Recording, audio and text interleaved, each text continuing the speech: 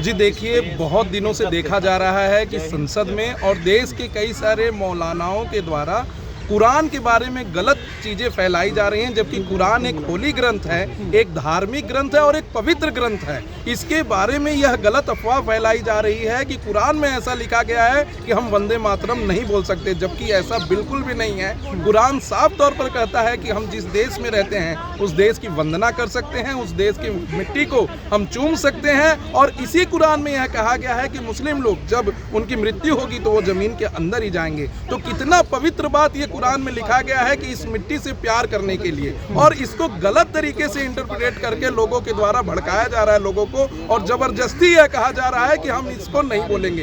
हालांकि संसद में कुछ ऐसे मुस्लिम सांसद भी हैं जिन्होंने कहा कि हम खड़े होंगे देश की वंदना में, लेकिन हम बोल नहीं सकते, और वो इसीलिए कह रहे हैं क्योंकि कुरान का सही इंटरप्रिटेशन उनको बताया नहीं गया है। तो इसी के लिए ऑनरेबल सुप्रीम कोर्ट में एक पिटीशन डाली गई है। उस पिटीशन का मानना यह है कि क्या कोई मुस्लिम व्यक्ति जो कुरान के माध्यम से वंदे मातरम बोलना चाहता है, अपने देश के लिए भारत माता की जय बोलना चाहता है, उसके खिलाफ कोई फतवा जारी करता है तो वो वैलिड होगा या इनवैलिड होगा। उसके खिलाफ कोई अटैक होता है, कोई आक्रमण होता है, कोई अतिक्रमण होता है, तो क्या उसके लिए कोई पनिशमेंट है कि नहीं, इसी के लिए ऑनरेबल सुप्रीम कोर्ट में APIL दाखिल किया गया। लेकिन सर, तमाम लोगों का ये कहना है कि हमें वंदे मातरम बोलने में कोई ऐतराज नहीं है मुस्लिम लोगों का, लेकिन कोई जबरदस्ती अगर हमसे बुलाए जी बिल्कुल गलत है। जी बिल्कुल सही है। Right to freedom of speech and expression guaranteed under article 19(1)(a), और उसमें साफ साफ कहा गया है कि किसी को जबरदस्ती माइक लगाकर आप वंदे मातरम नहीं बुलवा सकते हैं। लेकिन वो बोलने के लिए भी कोई नहीं कह रहा है,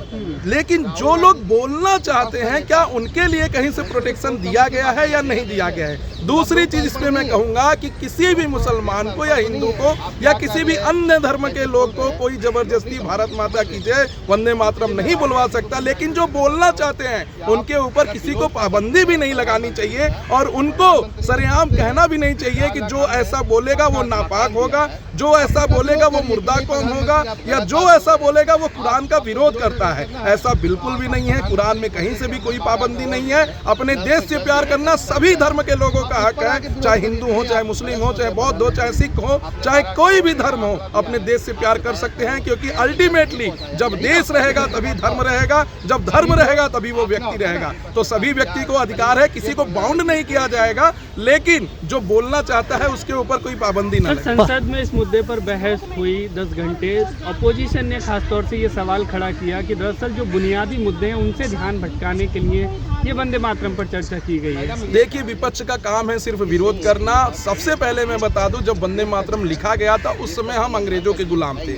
दूसरी बार जब वंदे मातरम के 100 साल पूरे हुए तब देश में इमरजेंसी लगा था, हमने सेलिब्रेट नहीं कर पाए। पहली मर्तबा जब 150 साल पूरे हुए हैं वंदे मातरम के, तब देश की संसद में ऐसी बहस चल रही है। दूसरा आरोप विपक्ष के द्वारा लगाया जा रहा है कि चुनाव है इसलिए। तो यही NDA की सरकार है जो बार बार कहती है कि पूरे देश में एक ही बार में चुनाव क्यों नहीं हो जाते हैं। एक चुनाव की बात NDA करती है और इसका विरोध विपक्ष करता है। तो अगर एक बार में चुनाव हो जाता तो ना कोई विरोध कर पाता और देश के टैक्स पेयरों का, गरीबों का पैसा भी बचता। तो इस बात को बिल्कुल ही गलत कहना चाहिए कि ऐसा विपक्ष इसलिए कर रही है क्योंकि मुद्दों से भटका रही है। क्योंकि जब हम वंदे मातरम का गुणगान करते हैं, जब 1857 की बात आई थी तब भी वंदे मातरम के नाम पर पूरे देश में लोग एकत्रित हुए थे। और ऐसे ही कुछ गाने या कुछ श्लोक होते हैं जो कि लोगों को एक करते हैं, आउट ऑफ द रिलीजन जाके, आउट ऑफ द कास्ट जाके, आउट ऑफ द क्रीड जाके। और बहुत बार ऐसा देखा गया है कि जैसे सुभाष चंद्र बोस ने बोला था, तुम मुझे खून दो मैं तुम्हें आज़ादी दूंगा, वैसे ही वंदे मातरम का गीत भी 1857 की क्रांति से लेकर 1900 तक बहुत ही वैलिड था। तो इसमें किसी भी धर्म या किसी भी जात के लिए नहीं है, ये सबके लिए है। और इसे किसी रिलीजियस से नहीं जोड़ा जाए, ना इसे हिंदू से जोड़ा जाए, ना मुसलमान से जोड़ा जाए, इसे हिंदुस्तान से जोड़ा जाए। पर मौलाना मदनी तो इसका विरोध कर रहे हैं। देखिए जी, मौलाना मदनी और बहुत सारे ऐसे मौलाना हैं जो विरोध कर रहे हैं, लेकिन उनके विरोध में भी मुस्लिम समाज के कई मौलाना आए और उन्होंने कहा कि हम भारत में रहते हैं, भारत में रहते हैं और भारत के लिए जिएंगे मरेंगे। इसी देश की महिला कर्नल सोफिया ने जाकर पाकिस्तान में ऑपरेशन सिंदूर का बदला लिया, इसी देश के राष्ट्रपति APJ अब्दुल कलाम हुए, इसी देश के अब्दुल रहमान खान हुए। तो बहुत सारे ऐसे मुस्लिम लोग हैं जिन्होंने देश के लिए कुर्बानियां दी हैं और आज उन्हें धूमिल करने का प्रयास विपक्ष के द्वारा किया जा रहा है, जबकि ऐसा बिल्कुल भी नहीं है। मेरा मानना है एज एन एडवोकेट कि अभी भी अगर देश को जरूरत पड़ेगी तो देश के कम से कम 90% मुसलमान देश के लिए लड़ने के लिए सीमा पर तैयार है और इसमें कोई भी दो राय नहीं है, कोई भी शक नहीं है। तो सर आपने अपना जो केस लड़ रहे हैं उसमें जो आपके अगेंस्ट में जो पार्टी है वो कौन है, कोई मदनी है, कौन है, किसके खिलाफ आप? नहीं, देखिए, ऑल इंडिया मुस्लिम वक्फ बोर्ड को हमने इसमें पार्टी बनाया है, यूनियन ऑफ इंडिया को भी इसमें पार्टी बनाया है थ्रू सेक्रेटरी, क्योंकि भारत सरकार को भी इसमें हम लोगों से जवाब चाहिए कि क्या भारत सरकार ऐसा कोई कानून लाई है जिसके लिए कि लोगों को प्रोटेक्ट किया जा सके जो बोलना चाहते हो। तो इसमें जमात उल उलमा और ऑल इंडिया मुस्लिम वक्फ बोर्ड और यूनियन ऑफ इंडिया यानी भारत सरकार को हम लोगों ने पार्टी बनाया है। ज़्यादा पार्टी हम लोगों ने इसलिए नहीं बनाया क्योंकि हम लोग चाहते हैं कि ऑनरेबल कोर्ट जल्द से जल्द इस फैसले को दे, क्योंकि बहुत सारी पार्टियां हो जाएंगी तो वो मैटर को खींचेगा, जबकि हम खींचना नहीं चाहते हैं, इसमें जवाब चाहते हैं ऑनरेबल सुप्रीम कोर्ट से।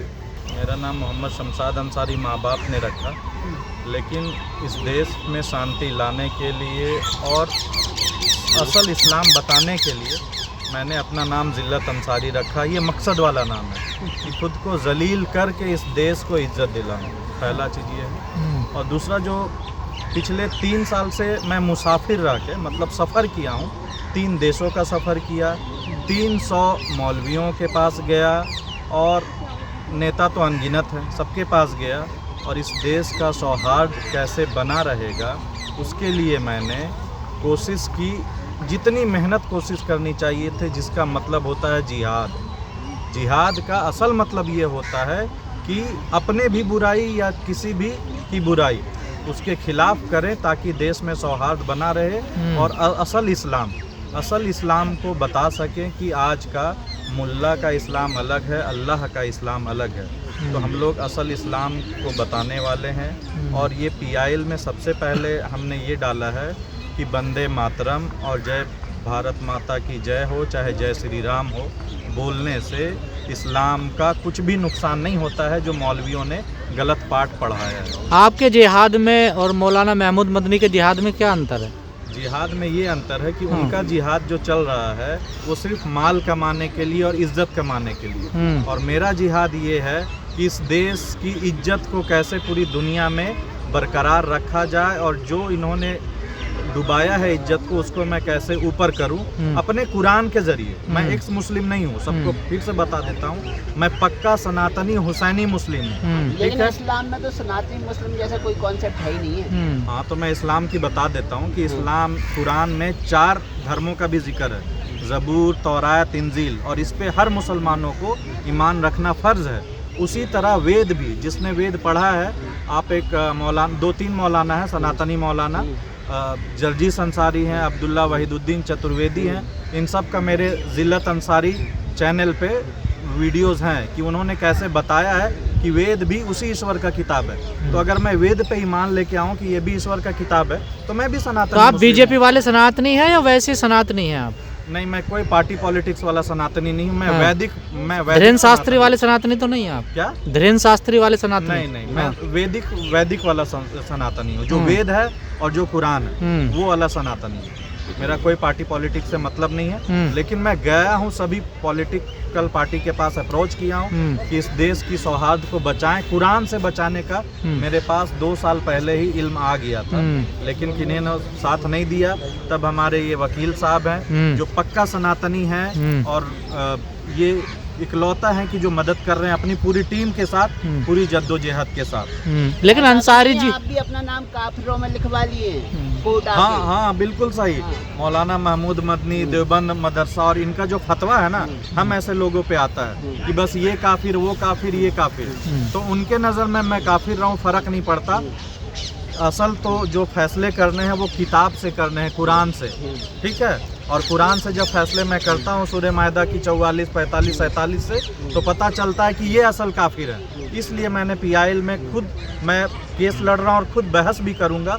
उस दिन बताऊँगा कि असल काफिर तुम हो या मैं। तो आप मदनी जैसे कट्टरपंथियों को असल काफिर मानते हैं? कुरान के हिसाब से हाँ। जिस तरह से इन्होंने कैसे कुफ्र घूम किया गए साइड है हो, इस देश में कैमरा। 100 करोड़ सनातनियों को काफिर बना के, तो कुरान से यही साबित होते हैं। और लानत है इन पे सूरह बकरा की 2 की 159 नंबर से कि लानत बरस रहा है इन लोगों पे। हक बात ना बताया और सिर्फ उल्टा पैसे खाएं, BMW के लिए अपने सारे पैसे और जायदाद बनाएं। तो जाकिर नाइक भी काफिर हुए। अब चलिए, अब जाकिर नायक का आपने नाम पूछ लिया है, तो मैं पिछले 1 साल पहले जब इन मौलवियों ने मेरा साथ नहीं दिया था, तो मैं जाकिर नायक साहब से मिलने के लिए ओमान गया था हाँ। और उनको बताने के लिए कि कम से कम आप मौलानाओं के भुक्त भोगी हैं तो आप मेरा साथ दें। लेकिन उस जाकिर नायक ने भी मेरा साथ नहीं दिया। क्या बोल के कि मेरी इतनी हिम्मत नहीं है कि मैं मौलवियों के खिलाफ जाऊं। तो ये जाकिर नायक तक भी वीडियो पहुंचा दीजिएगा कि सुन लो जाकिर नायक, जिनके रुतबे हैं सिवा, उनको सिवा मुश्किल है। इसका मतलब तुम्हें समझ में आता है।